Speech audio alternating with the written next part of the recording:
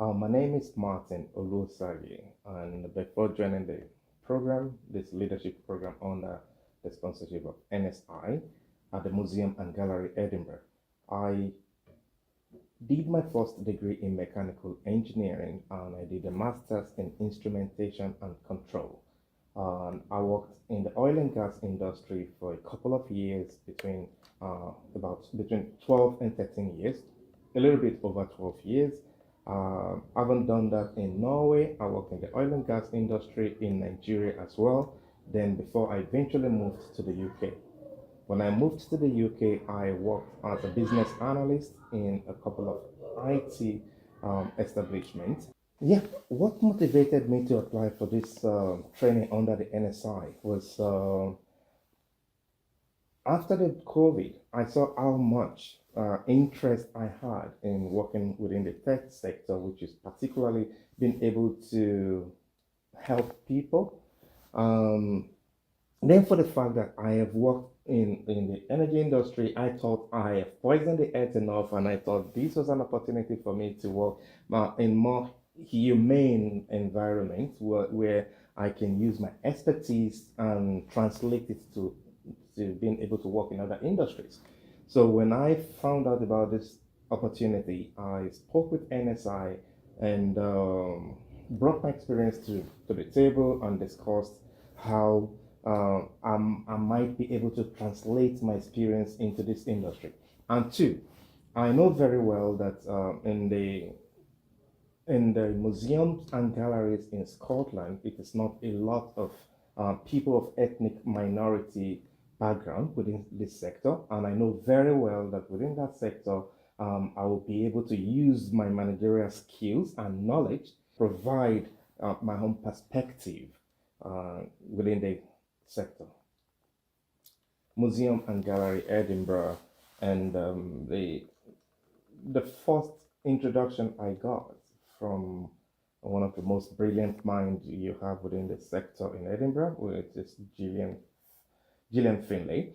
I was taken to a museum in Footbridge, and it's called the Queensferry Museum. And the Queensferry Museum was the people were no longer using it as much. The patronage or the visitors were no longer visiting the place as much as it used to be pre-COVID.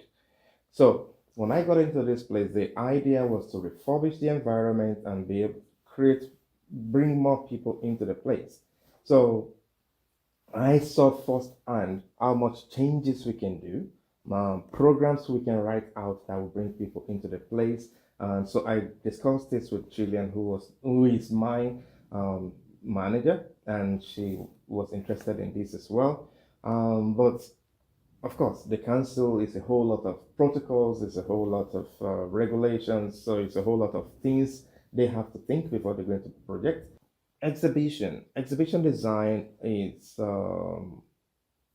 something we have a special department for, but maybe I have not designed, not maybe, definitely I have not designed an exhibition myself, because the department I work just now is called the Access and Outreach Department. What we do in that department is bringing the people to meet the museum and bringing the museum to meet the people. So this is one area we've been doing.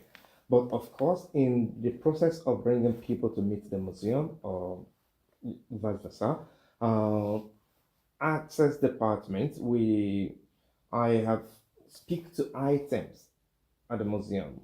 So we'll bring in different organizations from different aspects different parts of Scotland to come into the museum, and you curate. So I've curated a lot of stories, a lot of exhibitions. I curate them and I speak to the topic of those items you have within the exhibition, and tell the people and take people through a tour of the exhibitions. So this I have been able to do, but of course I have not designed an exhibition myself. Of course, one thing I have also done, I have an exhibition design which I have drafted, but I have not been able to put it down practically because most of these things require funding. So there's Edinburgh will be 900 years old this year, 2026. sorry, 2025, I'm being futuristic. In 2025, Edinburgh will be 900 years old. So the Museum and Gallery Edinburgh has put together a lot of programs to mark the 900th anniversary of Edinburgh. So what I have done is I have written up an exhibition which will reflect the influence of the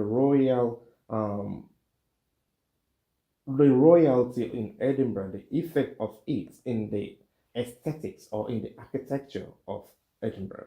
So how the age has moved from the past 900 years and how Edinburgh has influenced every other part of Europe, especially the northern part of Europe, and how Edinburgh, through the royalty, has been able to influence other parts of Scotland as well.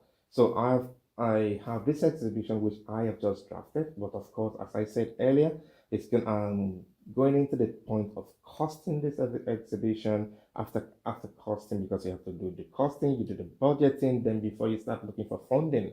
So this process I am doing just now. So I am sure if I'm able to get the funding, I should be able to put up an exhibition between the end of May and the first week of July. This program, especially the department I've been working in the last 10 to 11 months now, it's called the Access and Outreach Department. So what we do is going out to take the museum to places and bringing people into the museum to let them have a feel of the items within the museum and curate the stories, tell them about the stories, and help them to see it in their own perspective as well. Because sometimes some of the audience know very much more than you can imagine. Especially, take for instance, the kids I was having the workshop with this morning, a lot of them have quite a vast knowledge of this, the evolution of technology, which I was training. So to be able to deliver a workshop or to be able to deliver, give people a tour within the museum, most time I had to work with a lot of professional colleagues within the museum. And of course, I do a lot of research as well, but physical conversation with other colleagues, especially the curators or curatorial staffs or the collection staffs. So this has helped me to build more confidence in speaking to people and in liaising with different community. Because if you take the invisible cities, for example, the invisible cities are people who have had different kind of challenges before. Especially some of them could be professionals, but they've gone the way, missed their ways, but we're trying to bring them back. And some of them are also aspiring to be tour guides. So the way you deal with them, the museum it's an opportunity to deal with everybody. You deal with the most brilliant mind, and you deal with people who would also ask you some very challenging questions, but the ability to be able to manage all these different minds or different questions or different people, it's one thing the museum throws at you, because museum is question itself. It's because it's a preservation, and when stuffs are preserved, then people come in there with different kind of questions and different mindsets to interpret those items that have been preserved. I've always loved going to the museum myself as an individual, because I've visited so many museums. I love old buildings, but being able, this training has opened my eyes to see that those buildings are not just existing. It takes a whole lot to conserve and to maintain those items. Take for instance, sometimes at the end of February, we had what we call the spring cleaning.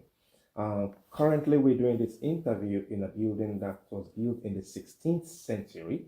So it's over 500 years old, and it's been modernized in the last 300 years.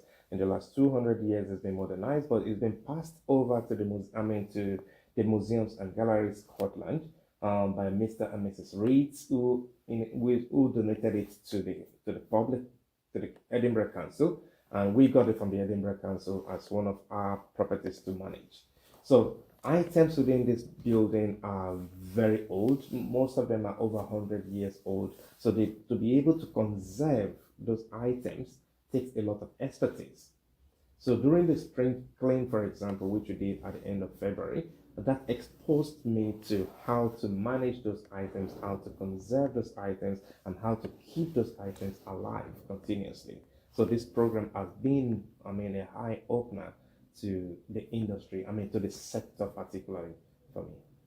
I've not been able to apply because I'm still on the training. So I hope I am looking forward to being employed in any other museums around the world.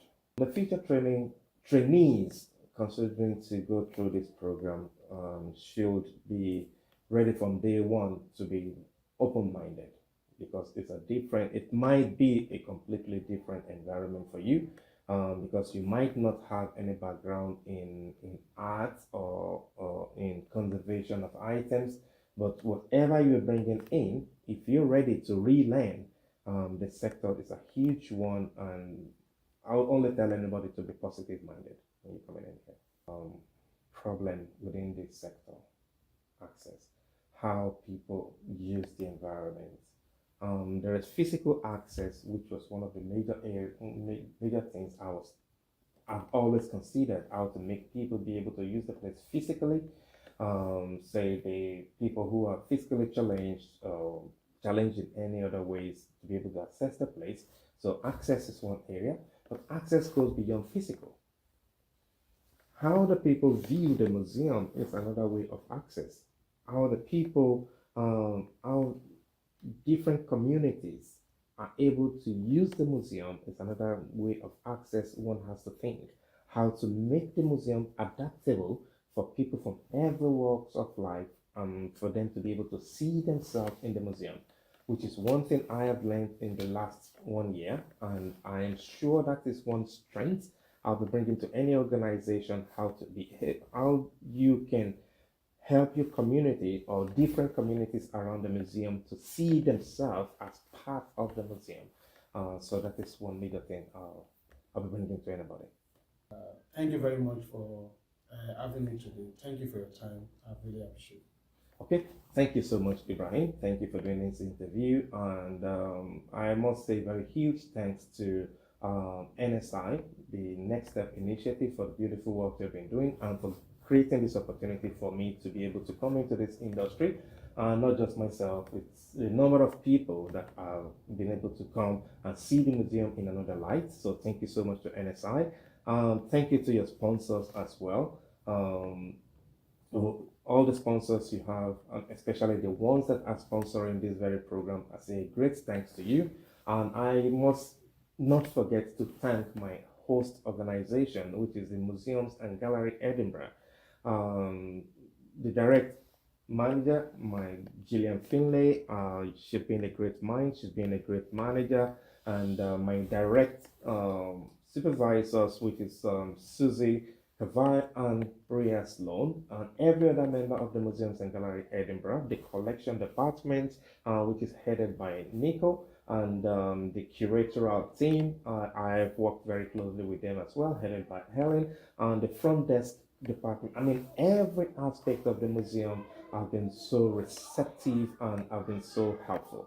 The very building we're standing today, the groups that are managing it, is headed by Margaret Finlay, and she's seconded by Tracy and Eve, and a whole lot of other volunteers that work up here. So they've made this 1 year for me a very great experience, and I must say a huge thank you to every one of you. Thank you.